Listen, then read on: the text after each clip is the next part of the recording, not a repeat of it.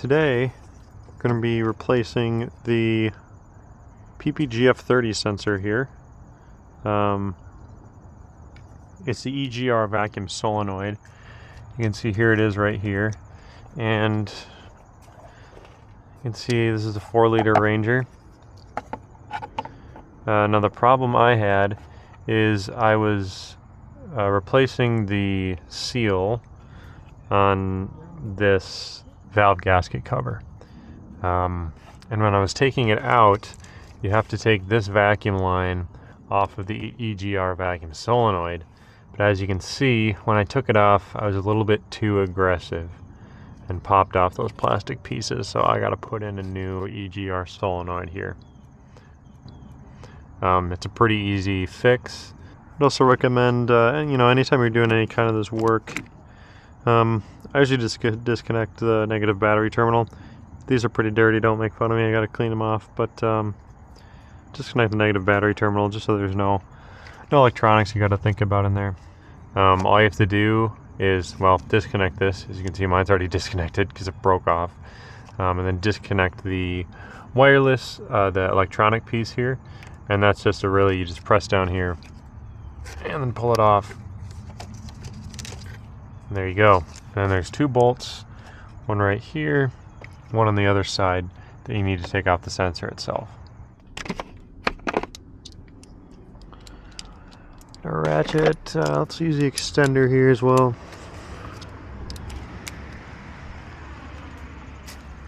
Makes it a little easier.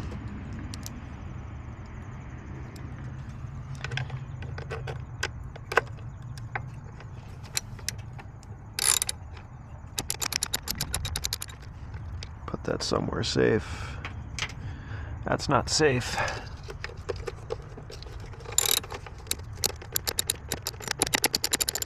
There you go. So there you go. That's pretty easy. You can see it's really just mounted on there. It's not actually connected to anything in there. That's kind of it's just a mount point. It's really this vacuum line that you're concerned with. You can see here's the new one. And those 2 pieces are not broken off there. So go ahead and put this one on.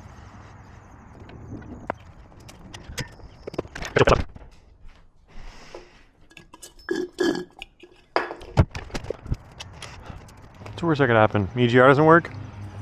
Who needs EGR anyways?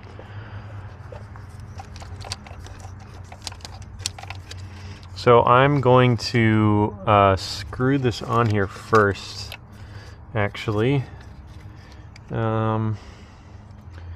just because it's going to be a little bit easier to reattach those vacuum lines with this guy attached. So you're going to just put one bolt in. It's kind of hard with all these wires in, so I'm going to actually do this side closest to me first. Or at least partially. I don't like, there's 2 bolts or more than 1 bolt I like to do just a little bit on each side first, so you don't get any kind of misalignment or anything. Now, especially if you're doing something like a valve. So see a little bit of slack on there, and leave that there, just holding it on. Like I said, if you're doing something like this valve gasket cover, you want to make sure those bolts are the same torque.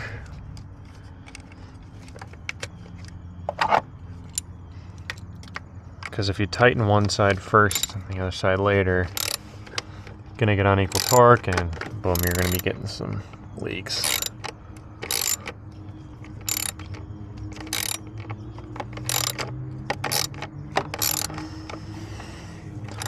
You know, lots of people have electric tools for this. I'm a cheap bastard. I got my shit ass ratchet.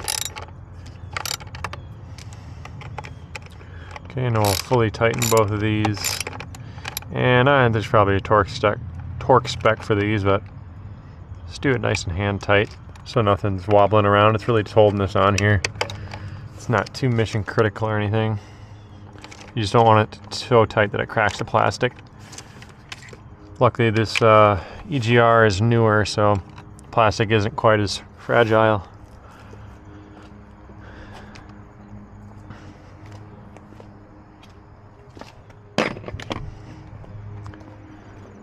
So next step, I'm gonna reattach those vacuum lines. You know, now that I said that, these electric wires kind of get in the way here. I'm wondering if when I put this on, Alright, so we're just gonna push those vacuum lines on, just like that, until they're nice and tight on there. There you go. Make sure those aren't loose and they're all the way on there. You can see all the way on there. And then we'll attach our electrical connection. I'm going to be kind of gingerly with these electrical connectors. If those wires are old like they are in this truck, doesn't take much. Crack them. There you go. Just go push that on until it snaps. And they should go.